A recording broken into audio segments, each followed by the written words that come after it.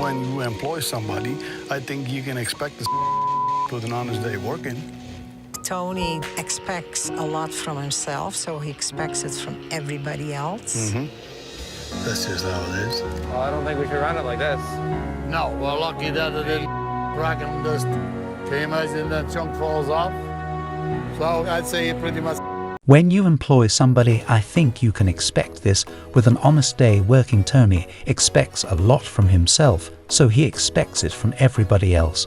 And that's just how it is. I don't think we should run it like this. No, well, Louis, that just can you imagine that chunk falls off? So I'd say you're pretty much from worrying about the consequences of the performance of a dangerous and rather unnecessary prank, to the resolve to develop the mentality to do all that it takes to push through such troubled times. Here's how Tony Beets suddenly died in Gold Rush. Who would have thought the day would come where we'd be talking about the legendary gold miner Tony Beets and his impending death? Sure, the man has been a living legend in the mining industry for decades apart. From that, he was well known for his experience in other working class sectors and industries such as construction and farming. As such, the concept of the end being near for the king of the Klondike, especially as he is getting so advanced in his years, wasn't too far-fetched to consider that said fans of all 14 or so seasons of Gold Rush would be delighted to hear that all this talk of a funeral didn't mean that the veteran king of the Klondike was approaching the end of his days. No, it looks like he'll be around for a long time, so that he can continue cursing and swearing at those who bother to listen. However, it still doesn't mean that something isn't afoot in the legendary miner camp, you know, and so people that give it the effort and that take chances, they deserve a certain amount of credit. Without him, there wouldn't have been a gold to us. So we're all good. You see, all this talk about a funeral and Tony Beets only occurred because Tony decided to take part in a strange and unexpected practice that will attract a lot of trouble that Tony didn't need, especially in the light of the fact that he was currently in the middle of some of the most important projects and applications that would affect his mining operations. You see, Tony caused a lot of trouble when he decided to participate in a controversial act known as a mining funeral. This has left everybody in shock. By everybody, we mean those on the show and those watching at home. We're even talking about his critics, who were barely able to stomach the antics of this brash veteran. Now they have a reason to whisper about this man with decades of experience as a gold miner out in the Klondike. They were still trying to understand the motive behind performing this strange ritual. After all, the man has been known for his controversial decisions in the past, but this has taken it up a notch. It's actually all insane, because when you hear about what happened, you may actually be more upset about the fact that it may not totally even be Tony's fault, that said he was still quite in the wrong when he took a step back and took a look at his role in what occurred on the fateful day of the performance of this rather unusual and even more dangerous Viking funeral. You see, this all happened all the way back in 2017 on the final days of the season of that year. The team were packing up after what they considered to be a successful season. The guys were rounding up and getting ready to head back home so that they could enjoy the fruits of their labor. What they didn't know was that this would result in one of the most problematic situations for themselves and the team as a whole in the future Great Goldway, coming out 80 pump these days that are nothing but great pay. Everything was fine until a worker known as Mark Favron was getting ready to leave. However, he felt that he couldn't leave without doing something he considered spectacular for the guys eager to show off for his boys. Mark approached Tony to see if he could get the permission he required to perform what he considered to be a funny joke.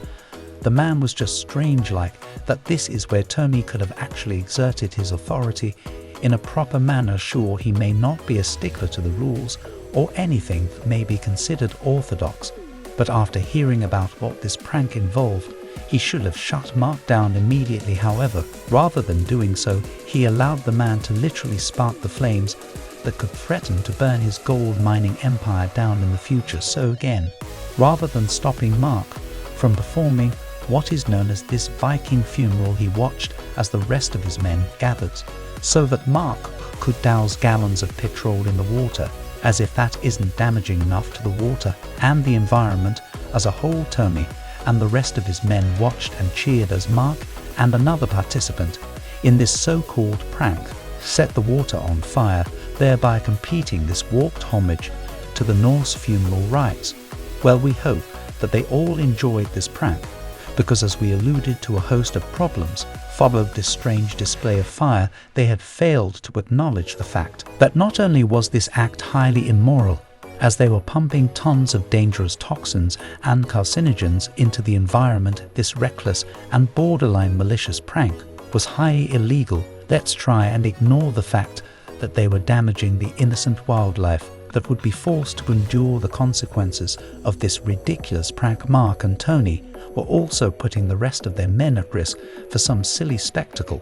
What if that fire got out of control and several members of the team got hurt or lost their lives? Tony should definitely have thought things through before he gave Mark permission to spark those dangerous flames. Well, the consequences began to come in soon after the stunt was pulled. For starters, Mark was slapped immediately with a $1,725 fine that left him reeling after pleading guilty to performing the stupid prank.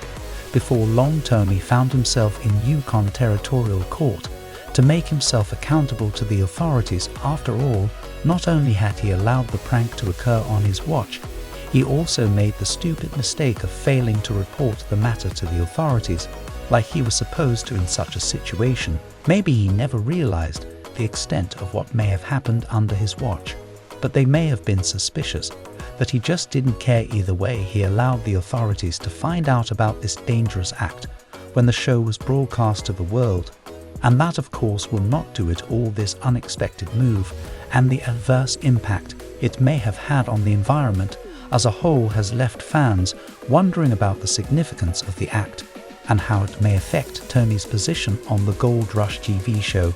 Well, for now they can say that it may give us a look into the mind of the veteran gold miner and his tendency of breaking the rules set by the status quo. As you can imagine, this leaves the fans on the edges of their seats as they ponder on the future of the veteran gold miner. I wonder what these fans make of the insight into the legendary gold miner's mind. Sure, they always knew that they were dealing with a maverick, but now they can see that the workings of this man's mind may be a danger to himself and the business empire that he and his family and his team have spent decades developing. It would be such a shame if this devil-may-out attitude would end up being the difference between the success and failure of what could prove to be one of the greatest gold mining dynasties in North American history. At least now, the fans can learn more about what sort of mind is capable of succeeding in the world of gold mining and the world of reality television. At the same time, unfortunately for Tony, this doesn't help with chaos and destruction that has been caused by his reckless actions. For starters, he's already seen the main culprit charged with an almost $2,000 fine. He has also seen himself have to answer to the authorities at the Yukon Territorial Court. As much as Tony, the people at the Gold Rush show, and his fans at home would have loved for those consequences to be all Tony had to face for his reckless actions, this would prove to be just the beginning of his problems. Yeah, no, that's not how it works. What do you mean that's not how it works? That's exactly how it works. I do all the work, I take all the risk, and you get all the money. Pretty good deal, isn't it? After the performance of the unnecessary prank, Tony found that he had triggered a ton of legal consequences and a number of environmental concerns thanks to his reckless indifference.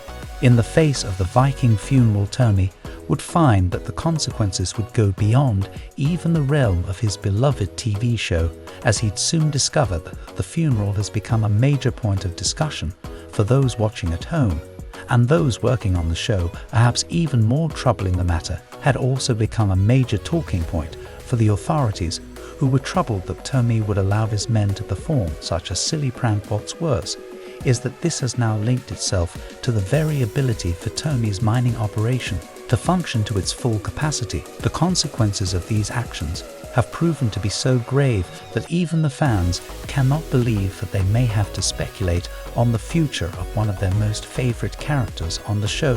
For those who may be unfamiliar with how Tony may have ruined the chances of growth and even survival of his business, they'd be stunned to find that this Viking funeral had the power to affect Tony in the sense that now a crucial water license for his mining business was in jeopardy. How he didn't think that the authorities may be hesitant to issue such a license to a man who seemed to disregard the safety of the environment is beyond us here in the fans at home, when you also consider the fact that many have expressed their dissatisfaction in Tony's effectiveness when it comes to land reclamation projects following some work that he did in the past. You'd find that the fans aren't too unreasonable to worry about the fact that this controversial homage to the ancient Norse Barry rites may be fatal not only to Tony's application for this water license, but also to Tony's future on the Gold Rush TV show.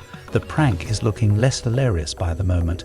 Isn't it now? Not only does Tony have to worry about the acquisition of this water license application, he also has to worry about if this will have a negative effect on the Indian River claims business that he have also begun at the same time. To be honest, this has added more spice to the events taking place on the Gold Rush TV show. Mind you, nothing has actually been done about the environmental fallout, especially the pollution charges that emerged from the use of petrol during this unnecessary prank.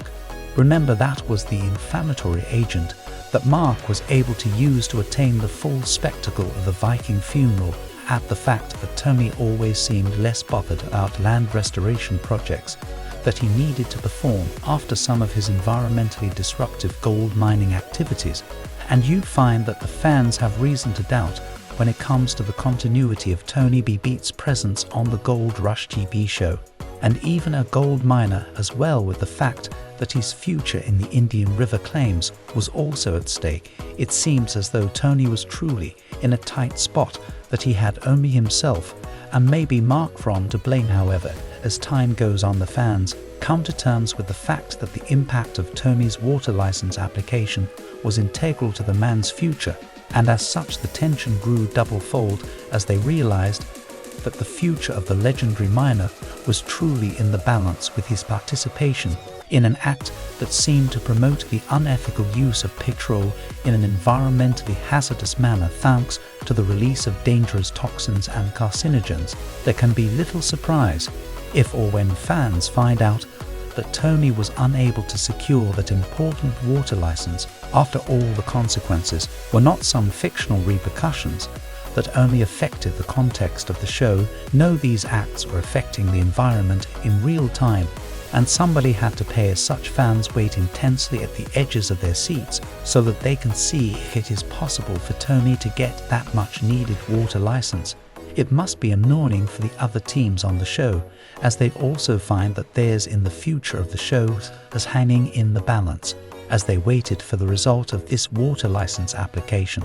Because that thing that with everything but the time they rewrite, redo, bingo, 3-4 months is gone by, it must have come to the fans as a surprise to find that despite facing these massive issues, it seems as though Tony chose determination over everything, because rather than shrinking in agony as he faced these seemingly unconquerable problems, Tony decided to focus his attention on his profitable claims, most notably the coveted Indian River claim. Sure, they've had to wait for 2 years already for this application to clear, and now this prank is threatening to put all they had worked for in jeopardy.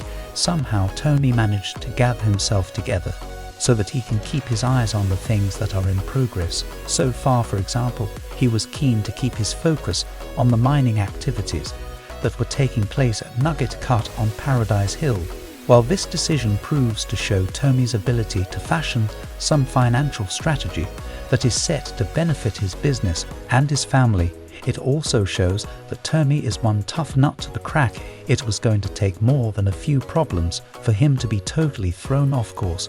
We guess that is one of the signs that a leader is ready to face his challenges head-on without letting other aspects of his life or business suffer for it. Perhaps that was why he was able to handle a sudden call from the water office. Was his fate decided already?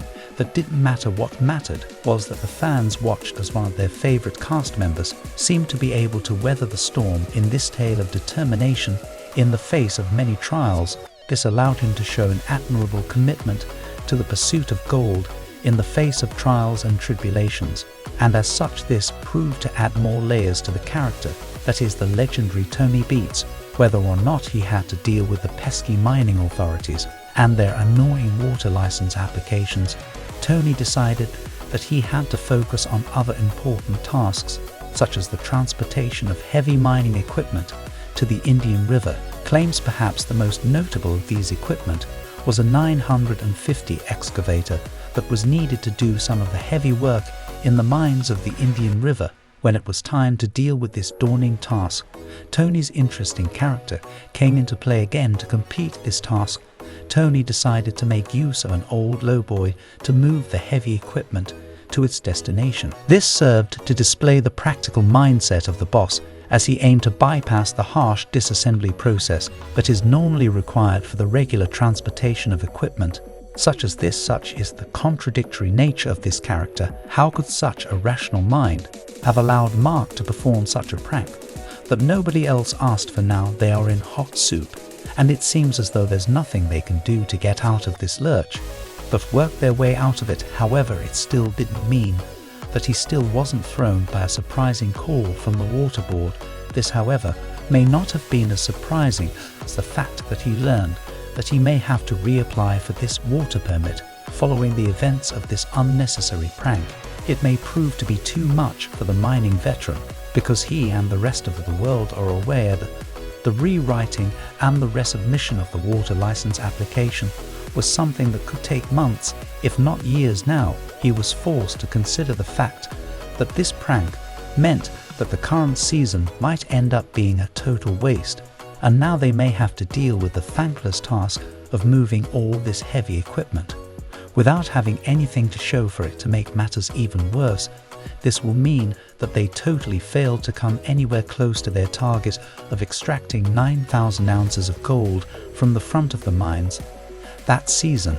This means that Tony's mining business was definitely at risk, because they would have failed to gain the millions of dollars that would have come with extracting all that gold. As you can imagine, this failure to reach this target must be massively frustrating for Tony Beets and his team. As such, the fans watched with giddy excitement as the team raced against time to see what they can do to save their team, while also getting to get a first-person view of what Tony was capable of as he chased success in the hard and unforgiving domain of gold rush. Sure, he must have been gutted, especially as he looked into how long it would take to recover from the blow that came from the water license board. But thankfully, Tony's kids seemed to try to lift their father's spirits up with some very humble offerings from the mines. This came in the form of some mined gold that came to a value of about $400. Sure, this seems to be just a pinch compared to how much the team was looking at if they were able to perform their work to their full capacity. But this modest extraction of gold from the mines proved to represent some progress, as this was 100 ounces more than the amount of gold that the team was able to extract the week before. As such, this could prove to be a source of motivation to the Dutch-Canadian mining expert. It had the power to help Tony overcome the troubling thoughts that came with the uncertainty surrounding the current status of his water license application. Perhaps they could focus on the positives that came with their current position by focusing on what represented their current success. No matter how small they might be, they soon found that this seemed to spark some sort of motivation to look into new mining tactics.